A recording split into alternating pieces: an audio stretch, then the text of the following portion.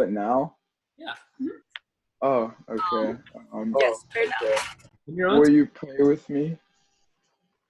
Dear Father in heaven, thank you for allowing us to join this Zoom call and just be with you and with others in our youth group, Lord. Thank you for blessing us to be safe and healthy during this time, Lord, of unrest. Watch over us, keep us calm, comfortable, and at peace, Lord. That's how we all pray. Amen. Amen. Thank you, Joseph. All right, boys and girls. So go ahead and mute yourselves. We'll be participating in the chat just like last time. It'll be a lot of fun. Let me pin us as well. Pin video. There we go. Nice and neat for the crowd on YouTube. Nice and tidy. Nice and tidy. Well, everybody, it is so good to see y'all. We're grateful y'all are here. Leah, what are we going to be talking about today? Tonight, Justin, we're talking about beauty, okay? Beauty. And we all know what that means, right? Wouldn't you say? Probably. I mean, I think, like, you know, when you see it, wouldn't you? I would say that. Yeah, I'd agree. Boy, howdy. Don't know what else another way to put it. You know? Yeah, I think beauty is just one of them things. So sometimes it can be hard to define. No, but I think beauty can be hard to define. But you know it when you see it, you know? I think you know it when you experience it. And I think you know it when you're around it. Yeah. So kind of the first question that we wanted to ask going into this was, and y'all can type this in the chat again as like we go through, but the first question is, what is beauty? Yeah. So what do you think beauty is? You can define that for yourself in the chat. Here, and I'll type it like we did last time, I bet.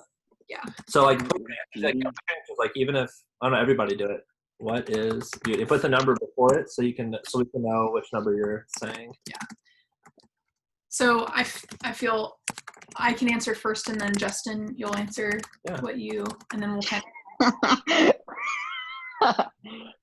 Hey, be sure to mute yourself. Other people, though. It's funny. It is funny. I want you to laugh as well. But no, we don't want you to laugh. If you laugh, get off. No enjoyment on this. Zoom call. Just kidding. Zendaya is a solid answer. She is. She's a queen. Technically, any human being that you said would be beautiful.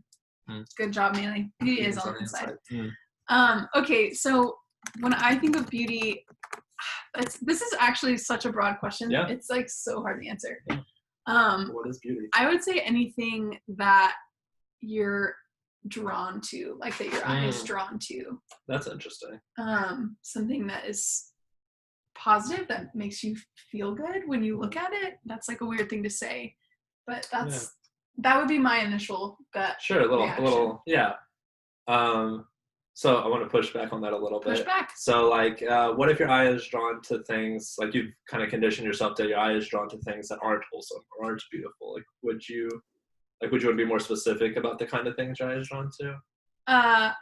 Yes. I mean, I think it's kind of hard to, because like a song can be beautiful, right? Yeah. And so kind of even from that, we have to get away from beauty is just something that's beautiful.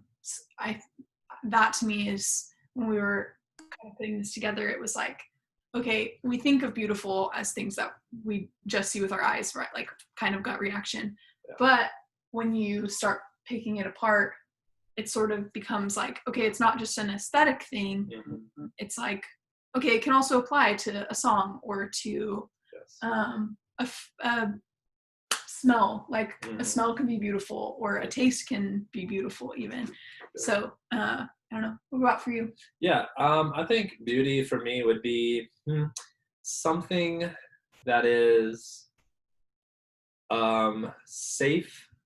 No, safe's not the right word. Something that is naturally enticing in a way that is beneficial to you.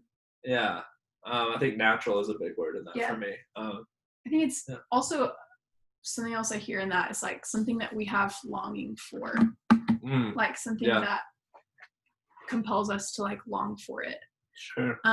So Claire said something that's rare or commonplace is usually taken for granted, but makes life feel more valuable and recognized. And then Maylee said it's also unique and something that catches your eye. And that's on the inside. Yeah, that's really good. Yeah. Those are really good. Yeah. I like that a lot. I like the value. Mm-hmm. Like, this is something that's a value statement. and it's recognizable. It's not just blending in. And I think like you're acknowledging that's worth of value as well. When you recognize something or somebody or whatever as valuable, you're you're worthy of the value. Yeah, that's really good, guys. That's really good. And Joseph, yes, Zendaya is also.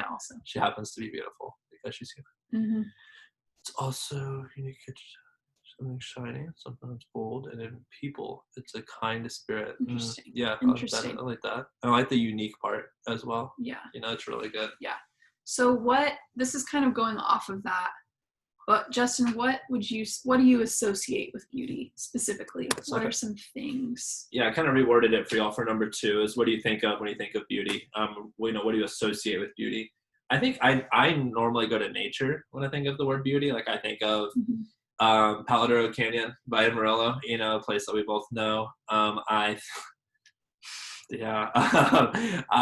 think of like waterfalls. I think of green pastures, all that kind of stuff. I just think nature can be so beautiful, and that's where my mind kind of naturally goes, I guess. What about you? Yeah, I would agree. I always think of landscapes.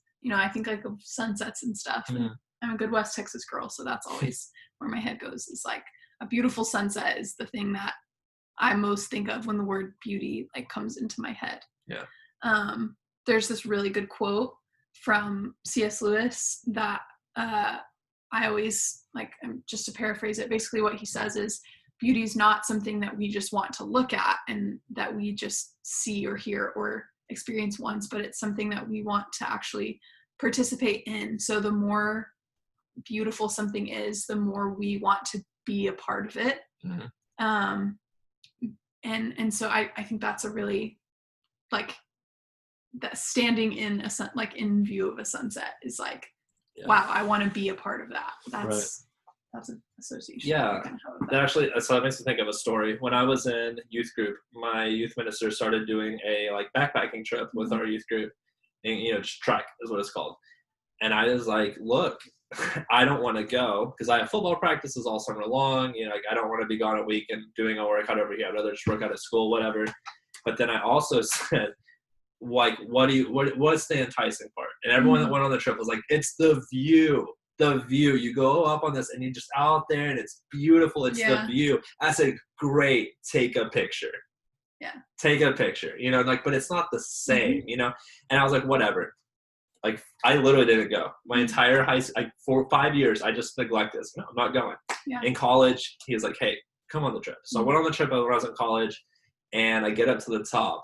A view I've seen in pictures 100 times, right? And I was like, this is it. Yeah. This view, because I was a part of it. I had gone on the hike that was miles and miles and miles long, right? I had participated in the journey and got to experience firsthand the beauty. It's like, it's not just, like beauty can't be actually totally captured in an image.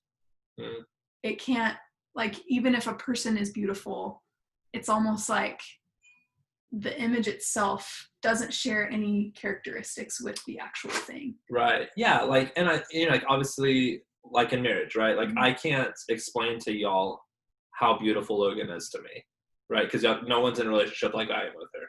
I guess I get to see her on the day in and day out. And so there's parts of her that I know and I'm aware of that no one else is, right? I think that's kind of the goal of marriage. I think a huge part of marriage is like growing in beauty. I think it's something I've been thinking of since we started talking about this a few days ago, of just what can I do today to see Logan more beautiful? What are parts of it, things like that. Everyone collectively, in the chat. In the chat. Dropping in the chat. Let's read some of these comments before we get to the awes. So Maylee said that she thinks of the beach. Briley also said that she also thinks of like nature. Claire said, I think that people find what people find beautiful. Oh, I think what people find beautiful gives us a peek into people's interests and values. That's a really great point. Wow. Yeah. I'm gonna copy and paste that over real fast because I want to bring that up later. Yeah. Copy and paste. Okay. That doesn't have to go right there. Just paste it somewhere. Yeah, I like that a lot. Maylee said I sound like Kent, which is it's not polite. It's also not rude. Kent's a great boy. I love to sound like him. Just kidding. He's like 12, girl. I am a grown man. I'm going to talk like this from now on. Claire said, I think beauty also is sometimes the work that was required to create this. Like the value behind the beauty is the elbow grease. Yeah, kind of like what you're saying with the hike, right? Like it's more beautiful when you've gone through it. Yeah. Right. Yeah. Well, and yeah. also it also kind of goes into like if you're talking about physical health, you don't necessarily like conform to like a certain body type, but you are like it's proven when you work out, when you take care of yourself, you feel better, right? And you look better just by nature of I'm taking care of myself. I know I'm eating well and feeding my body what it needs. And so it's like, it doesn't have to do necessarily with what you look like, more to do with just how does what you're putting in actually change how you perceive yourself and how you feel. And you put in that work. Right. Like that's almost, anyway. That's well, no, like another personal story, I guess. Like this, you're bringing up a lot of like allegories that are in my head about this. Like, so when I tore my ACL, I went into like a kind of depression, and I gained quite a bit of weight when I was in college. And during that time, I went from like 185 like 205. I would get like 20 pounds during the side, which is crazy. But I felt terrible the entire time, right? Which now I like 210 because I'm like a little bit stronger. Like I'm just kind of grown up, I guess.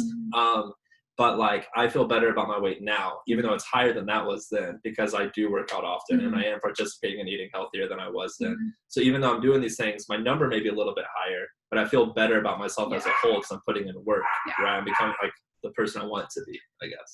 I struggled a lot. Like my skin was really bad, basically from when I was 11 until I was probably 17. It was like crippling, like literally horrible. And I remember like, that was the thing that I just focused on all the time. Like my highest value was like my skin. And, I remember finding like finally after trying all these different things, I found this one particular product that just worked, and it became easy. And like, from then on, I felt better. I felt more beautiful because I had worked so hard to find something that worked for me. And it was like, okay, now it's just easy. Like now it's just simple. So kind of our last question is one that you don't have to answer, right? Yeah. So you don't. No. Oh yeah, you're not bad. We're doing this. Yeah. You're right. You're doing great. I'll quit talking. You got it. So our fourth question, I guess I should say. The next question. Whatever the number is why the heck should we care about what's beautiful or not? Oh, LOL. JK, guys. What does it mean to be beautiful? Yes, number 3. This one we do want your participation on. That's why I was counting wrong. Right. What does it mean to be beautiful? Which we already kind of said that though. Yeah, we kind of said that. We'll just combine them. Sure. We'll just keep. Okay. So don't engage in that one. We're gonna keep talking. We'll edit that out on the. I'll just say this question. Yes. Why should we care about beauty at all? So, hopefully by the end of this video, you're going to understand why this matters, why we think this is worthy of a 45-minute Zoom. Why does it relate to our membership in God's kingdom? All right. We're writing some good old language up in here. Yeah. Here, read our first verse for us, Justin. Okay. Yeah. So this is from the book of Song of Solomon. We're going to be in chapter 4, verse 7. Song of Solomon 4, verse 7. It says, and this is Solomon talking to this woman. And he says, "You are altogether beautiful, my love. There is no flaw in you," which I think is awesome. And it's an awesome way to talk about a human being. I think we can all say that we would like to be talked about in that way, especially by somebody else. Even if it's not a love interest, just by like, you are beautiful. Like I don't find a flaw in you. There's a lot of value in that. And so this is kind of illuminating the surface beauty, the kind of beauty that's just kind of there for anyone to see. Anybody can know, like you can all know how pretty or unpretty somebody is, but talking about this beauty that is inherent within this individual that he sees. And I think there's value in that, right? Would you say? Yeah. I mean, especially when we think about how we perceive beauty versus how others, I don't know, like it's also different when we talk about it. Right. On ourselves versus like other people. Yeah. And anyway, I had a thought that I was trying to get to. I'm not reaching it. Well, while you get there, I'll say something. Go for it. Yeah, like I like what you're saying about how it's different in ourselves than it is in other people. So like, for example, I notice that my hair is a little messed up right here, and I notice little hair tufts on the back of my hair, right? I notice them whenever I take my hat off or whatever, but I don't notice that in other people ever, you know, that I'm so quick to overlook, you know, little slight, because it doesn't matter, you know, but I'm critical on myself. And so I think it's harder, at least for me, to recognize the beauty that I have, that I portray. And I think even for men to say beauty, it's a word that's been feminized, it's very weird. you know? And so like recognizing that beauty is gender inclusive, right? We all get to be beautiful. And then recognizing that like there is something in me that is portraying beauty, you know, and that my hair doesn't have to be perfect for me to portray beauty, I guess. So what does it mean so we've talked a lot about us kind of producing and thinking about and talking about our own beauty. But like, what would it look like if we didn't have to do anything at all for that? Like, what would it look like if that was just a gift that we received? What, being beautiful? Yeah. I mean, I don't know. Go for okay, it. So like, talk it out. This is like sort of my thought on this. Sometimes I think that, okay, I'm gonna go here because I think that makes the most sense for now. Okay, so everyone turn to Isaiah 4:7. Is this also Isaiah 4:7? What a coincidence, guys. What do you mean? Is this also because Song of Solomon? 4:7. Yeah. Yeah. So Isaiah chapter 4 verse 7 says. So this is like this scene where Isaiah was a prophet, as you guys probably know. 4:7. Is this the wrong? This is just 4. Move. Don't go to 4:7. It doesn't exist. I think it's like 52 or something. I think we typed the wrong thing in there. Okay, y'all keep. Hold on. That's why it was all messed up. Yep. Let's see. Isaiah.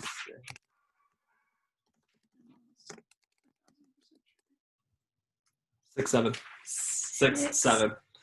6:7. There we go. Isaiah 6:7. Skirted right past let's try this again. Sorry, everybody. Zoom is hard on us too. It is hard, guys. Isaiah 6:7. So you should be there by now, though. Yeah. You've had plenty of time. Got time. Yeah. So this chapter is Isaiah and a vision that he receives from the Lord in a dream. So I'm going to kind of read. I'm going to give a little context just from verse 1 and going all the way to verse 7, because that's just going to make more sense. So I'm going to read that really quick. In the year that King Uzziah died, I saw the Lord sitting upon a throne, high and lifted up, and the train of his robe filled the temple. Above him stood the seraphim. Each had 6 wings. With 2 he covered his face, and with 2 he covered his feet, and with 2 he flew. And one called to another and said, Holy, holy, holy is the Lord of hosts. The whole earth is full of his glory. And the foundations of the thresholds shook at the voice of him who called, and the house was filled with smoke. And I said, Woe is me, for I am lost. For I am a man of unclean lips, and I dwell in the midst of a people of unclean lips. For my eyes have seen the King, the Lord of hosts. So I want to pause here because I think it's really important to kind of contrast where Isaiah is at in this chapter versus where kind of the God part comes in. So the Israelites had the temple, right? They had this place where they could go, but only certain people could go into the temple to be in the presence of God. And before they went in, they actually had to purify themselves. So they had to go through a purification process because God's presence was so holy that it would literally strike them down before they went into the temple. So, you know, if you just wander in, right. Old Joe Schmo, you know, Joe Schmo. Joe Schmo. And you hadn't like done this crazy purification process, then like you would just die because God's presence was so holy and so righteous that no human being could withstand that. And Isaiah finds himself in this dream, in this vision, all of a sudden in God's presence, and he's like paralyzed because he's like, I do not have what it takes. Like, I have not done the purification. I have not made myself beautiful to be in the presence of God. Like, I haven't done any of that. And so he's obviously terrified because in his mind, it's like, I'm going to die. Like, this is the moment I'm going to die. So verse 6, this is the next part. This is so good. Then one of the seraphim flew to me, having in his hand a burning coal that he had taken with tongs from the altar. And he touched my mouth and said, "Behold, this has touched your lips. Your guilt is taken away, and your sin atoned for." So this is what I think is what I most want to kind of get across with this passage is the transforming power of God's grace and of his love is what purifies us. And the action of Jesus is what purifies us and actually makes that ritualization process obsolete. Like we can go into the presence of God because we have been given the presence of God inside of ourselves. Like, how crazy is that? Yeah. That has taken us and transformed us from the inside out instead of from the outside in. Like, that to me is like, wow. Yeah. That's easy beauty. You know what I'm saying? So that, anyway, I wanted to get to that because I was like, frick. Like, and I don't know. That's, where's your head at, Justin? It's just been me for a minute now. Yeah, I mean, you can talk as long as you want to. I really like, okay, we'll start this. When Isaiah says, "Woe is me, for I am lost. I'm a man of unclean lips. I'm with people who have unclean lips. My eyes have seen," I relate to that really hard. Like, I have told lies. I've told, done things that are not good, right? All that kind of stuff. And I can be fully aware of that. Yeah. But I really like that the seraphim, which is speaking on behalf of God, speaks directly to that, where he says, "Your guilt has been taken away and your sin atoned for." Your sin being atoned for matters a lot, obviously. But if you don't allow the guilt to go away with it, you're never going to recognize yourself as anything other than dirty or someone of unclean, right. Whichever body, whichever part of your body, whether it's your hands, your lips, your ears, eyes, whatever it is that you're partaking in, like, you're always going to see that as unclean until you recognize that coal has touched your lips as well, in a different way, right? And something that we would normally call baptism, right? You get to participate in this, something that makes you beautiful only by God's gracious nature. Yeah. And there's nothing you can do to make yourself more beautiful other than accepting that you already are, right. and that Jesus is manifesting and restoring you already. Yeah. And I think we kind of get caught up in this mindset where it's like what being a Christian means is constantly going back to that ritualization process. Yeah. Yeah. Like that what our responsibility is to continuously, like, just keep getting in the shower over and over. Yeah. Like, you know what I mean? Like, just keep doing that. And what I want to draw your attention to is in verse 8. So this is right after the coal touches his lips, right? So Isaiah he's been purified by the Lord. Like, he's good.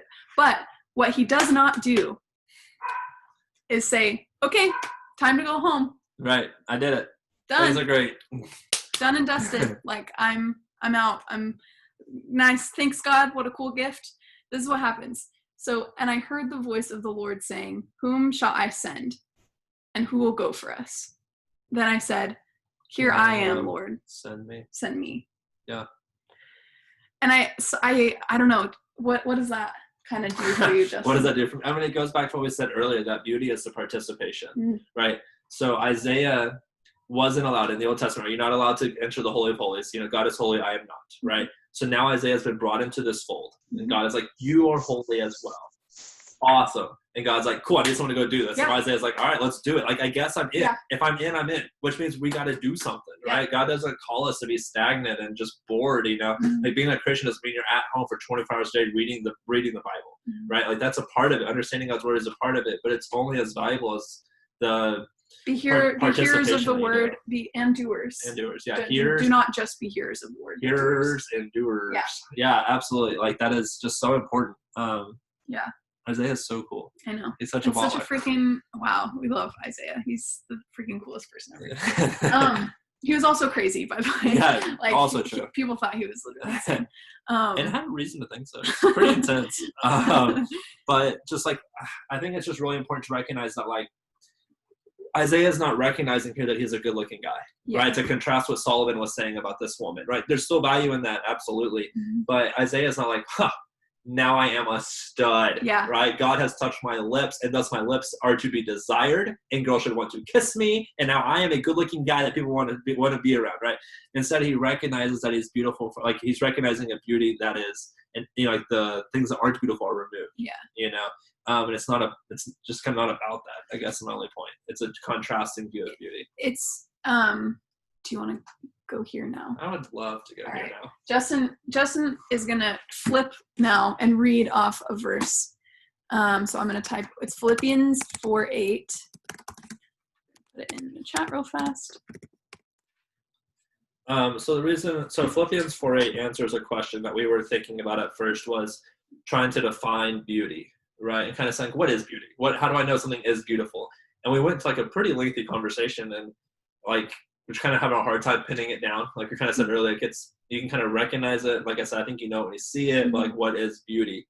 And then Philippians 4 says this: finally, brothers and sisters, whatever is true, whatever is honorable, whatever is just, whatever is pure, whatever is holy, whatever is lovely, whatever is commendable, if there is any excellence, if there is anything worthy of praise, think about these things.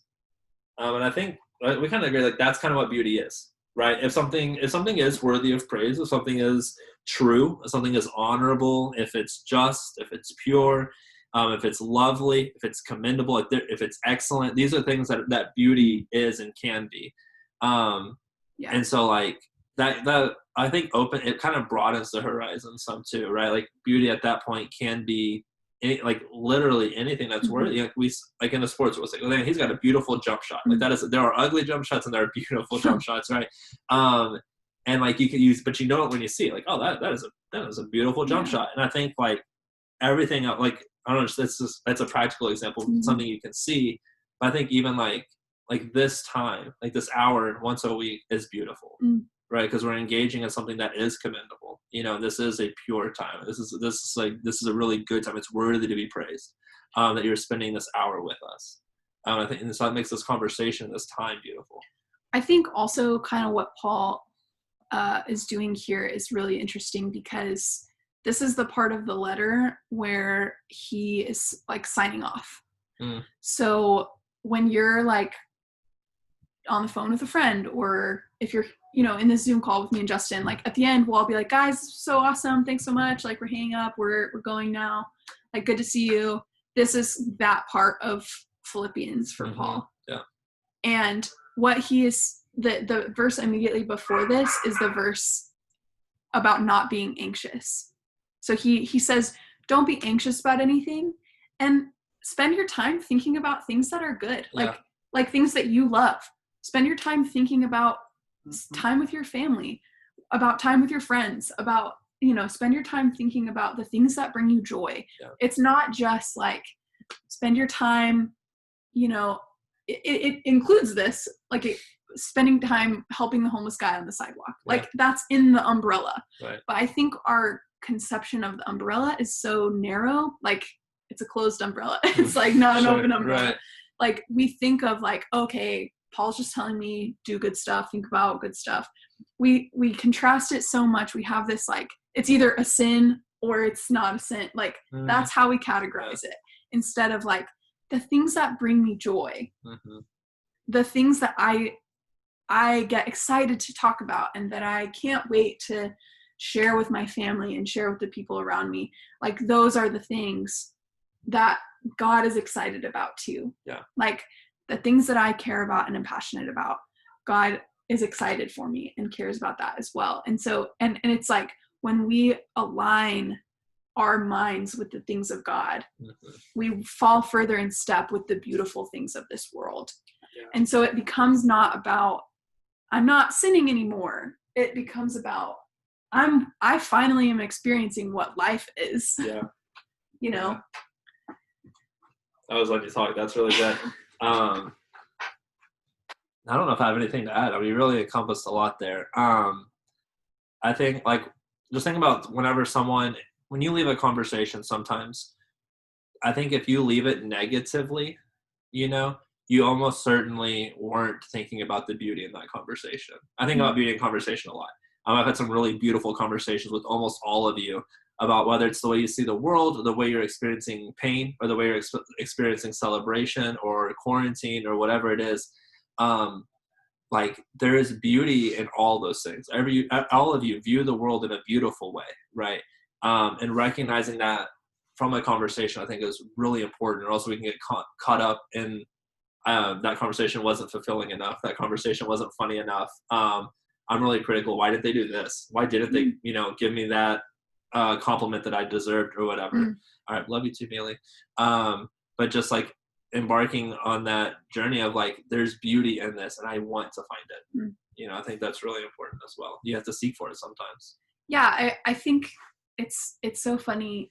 Again, I always come back to this whole thing of like, what are we really, are we kind of distancing in our lives? Like, there's my real life where things are just normal, and then there's like the spiritual stuff that's over here. Right.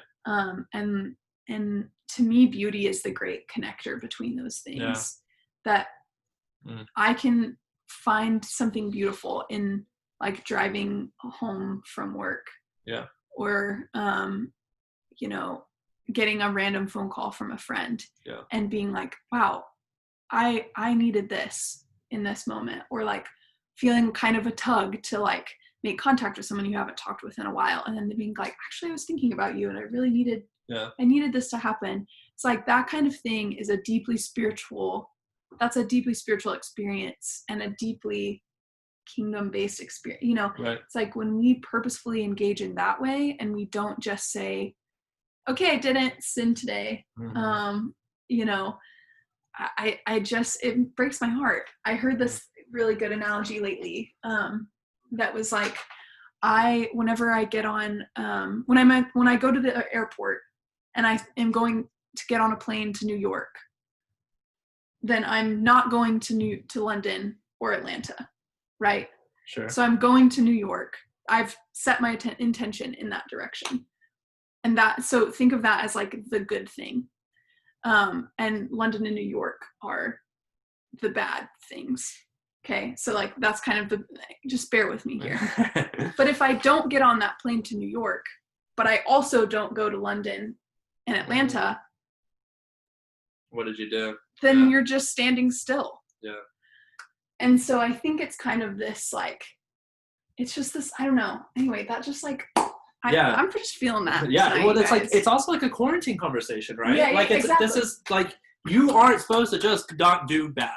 Like during quarantine, if you're like, well, I didn't think inappropriately about other people, check. Right. I didn't do bad, didn't say something rude on Facebook /Twitter /Instagram /whatever, so Snapchat, right? All that stuff. Check. All right, I guess it was a good day. No, like, how did you bring beauty into the world? Who did you encourage today? Who did you partner with today? Who did you speak life into today? How did you obey your parents today? How did you love your siblings today? How did I engage in the world in a better way today? Did I think of others before I thought of myself today? Like, not that every day has to be perfect and so full, but like, it has to have something, and engaging with, like, quarantine takes intentionality. It's about what you contribute. That's really good, Claire. Yeah. Like, you have to quarantine is a hard time. Okay. We're all struggling with it. It's less hard if you feel like you're on mission and that you're trying to do something with that day.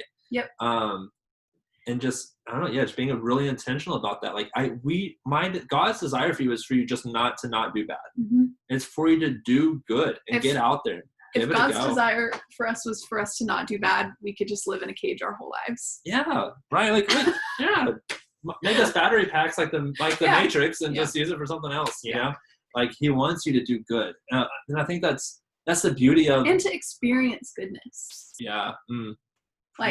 It's not just to do good; it's to experience goodness. Yeah. Like this world is created for us. Like to enjoy and to live in and to cultivate. Yeah. Like that's beautiful. A garden is beautiful. It takes work, but it always has reward. Like it always has something at the end of it for that can be enjoyed, And it's like when I think about my relationships with my friends or with my parents or with my family. Like, I think about how am I, making this person feel like I value them. That's beauty right there. Mm-hmm. That's a beautiful moment that I have total control over. Yeah. And not talking to them is not a sin, but it's also like, why wouldn't you want to talk to them? Why wouldn't you want to try and engage with them? Yeah. So. Yeah, it's really good. Yeah. Really good. Okay, so what we want to do right here is talk about how beauty engages with your relationships real fast. And then we'll talk about Claire's comments as well. So I'm going to say a word. How do you say it again? Accentuate. Accentuate, yeah. It's a word, like I said it, but I can't say it right for some reason. But relationships accentuate beauty in both members. Yeah. Okay, so like both parts of every relationship, beauty or relationship brings out more of that beauty, or exalts it, or exhibits, whatever you want to say there, brings out the beauty though in both members. So for example, if you've ever seen like a beautiful or like a piece of art, like I know I have, there's some pieces of art that really speak to me. When I see them, like beauty or the relationship between me and that artwork, it brings out more beauty in myself, because now I'm open to a different way of seeing things. I'm open to someone else's point of view, right? Because every piece of art is an artist's point of view of something, and the art just isn't me in this example. And so it accentuates the beauty within myself and within the art, right? Because now we're both bringing something into this. I think kind of like of an artist and whatever they've, so if it's painting, the artist, they could have an ability, but you don't know that they have the ability until they create the art. Right.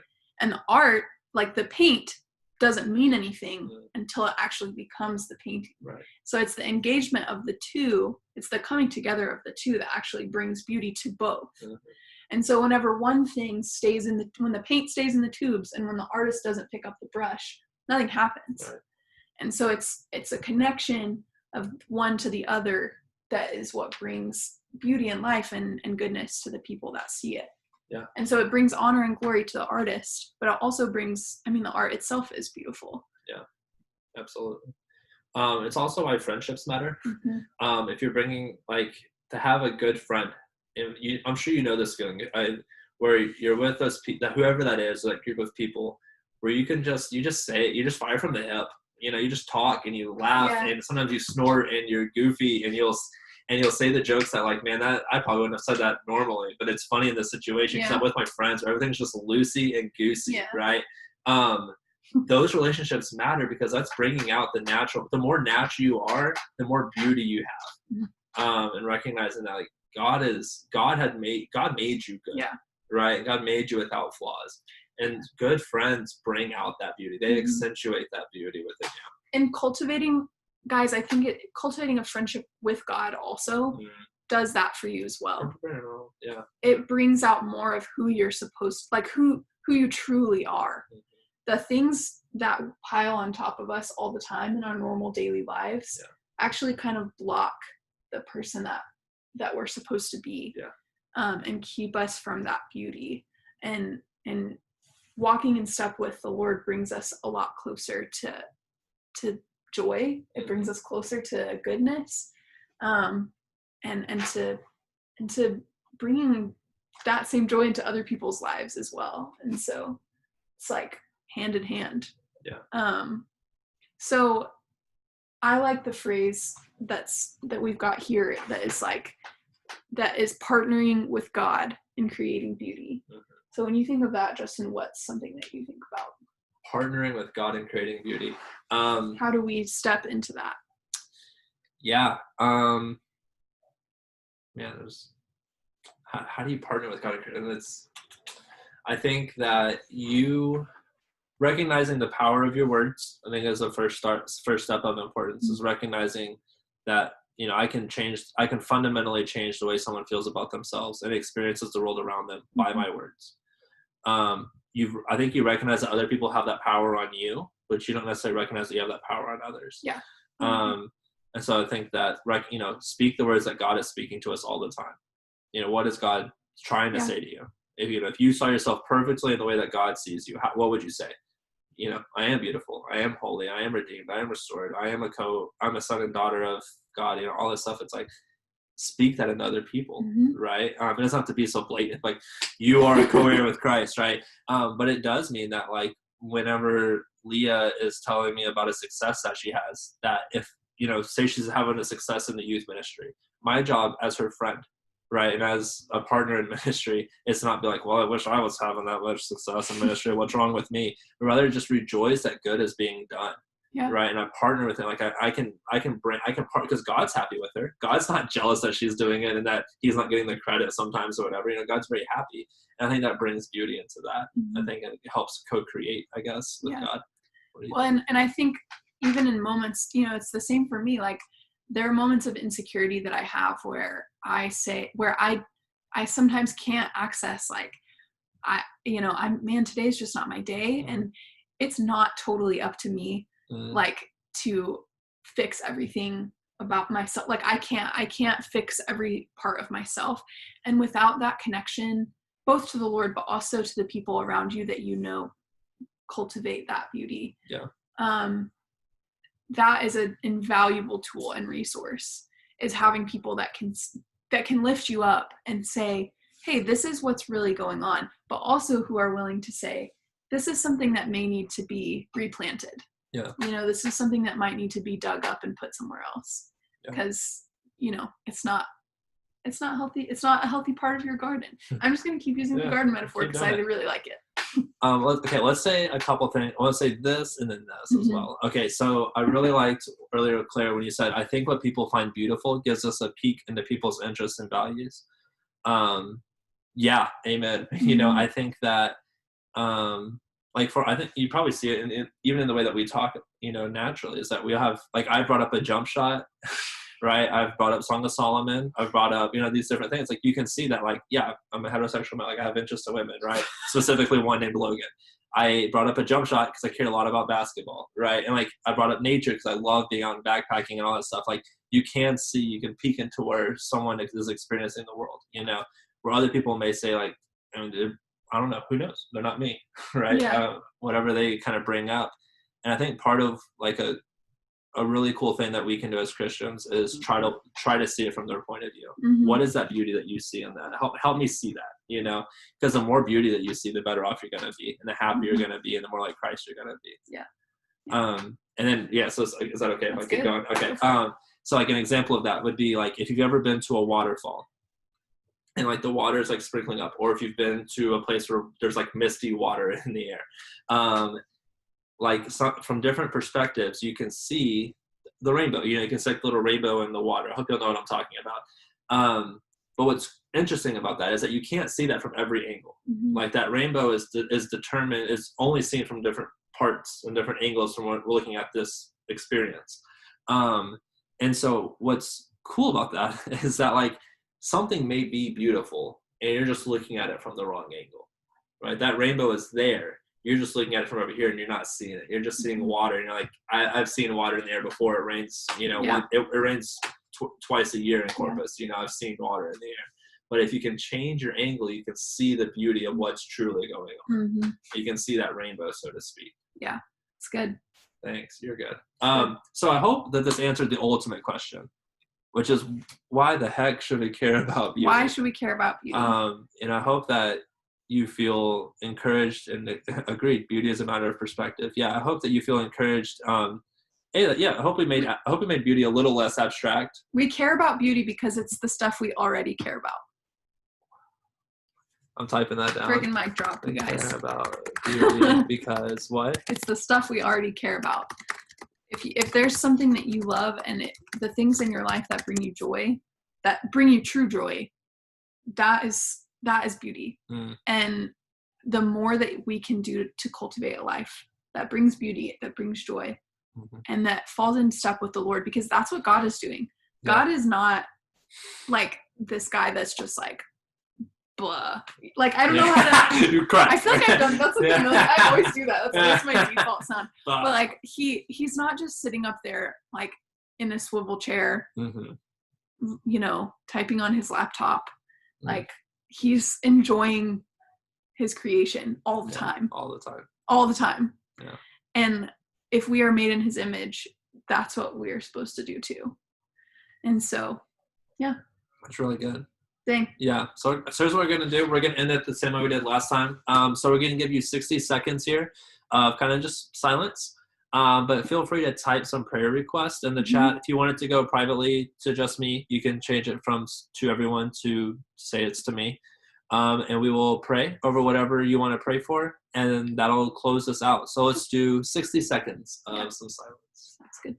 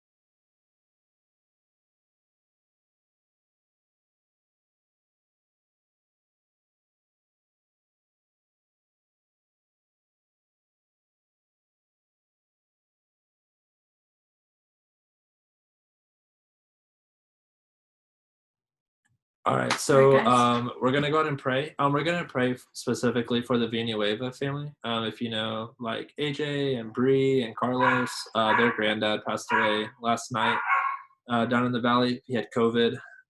His entire family that lives with him also has COVID. So it's a really scary time for them. And so we're going to pray for them in this, and then I'll pray us out, and then we'll kind of be dismissed. Yeah, it'll be good. Father God, you are good. And you are gracious and you're kind, God, and you are beautiful. And we thank you so much for making beautiful things all over the universe and making beautiful things out of us, God. We do so many things to make ourselves just unclean lips and just so unclean, God, but you have restored us and you have sanctified us by your cleansing blood, the blood of Jesus Christ, God. And thank you so much for restoring us in that way. And God, we love you so much, and we're very grateful for the relationship that we get to have with you, and may we see the beauty that you have in your ultimate goodwill, God. And God, we just thank you so much, and may we see the beauty in the world around us, whether it's nature, whether it's our friends, our enemies, our parents, or our siblings. God, just open our eyes to the things that you already see in those people and in those things.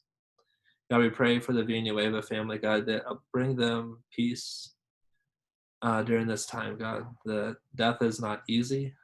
We recognize that it is.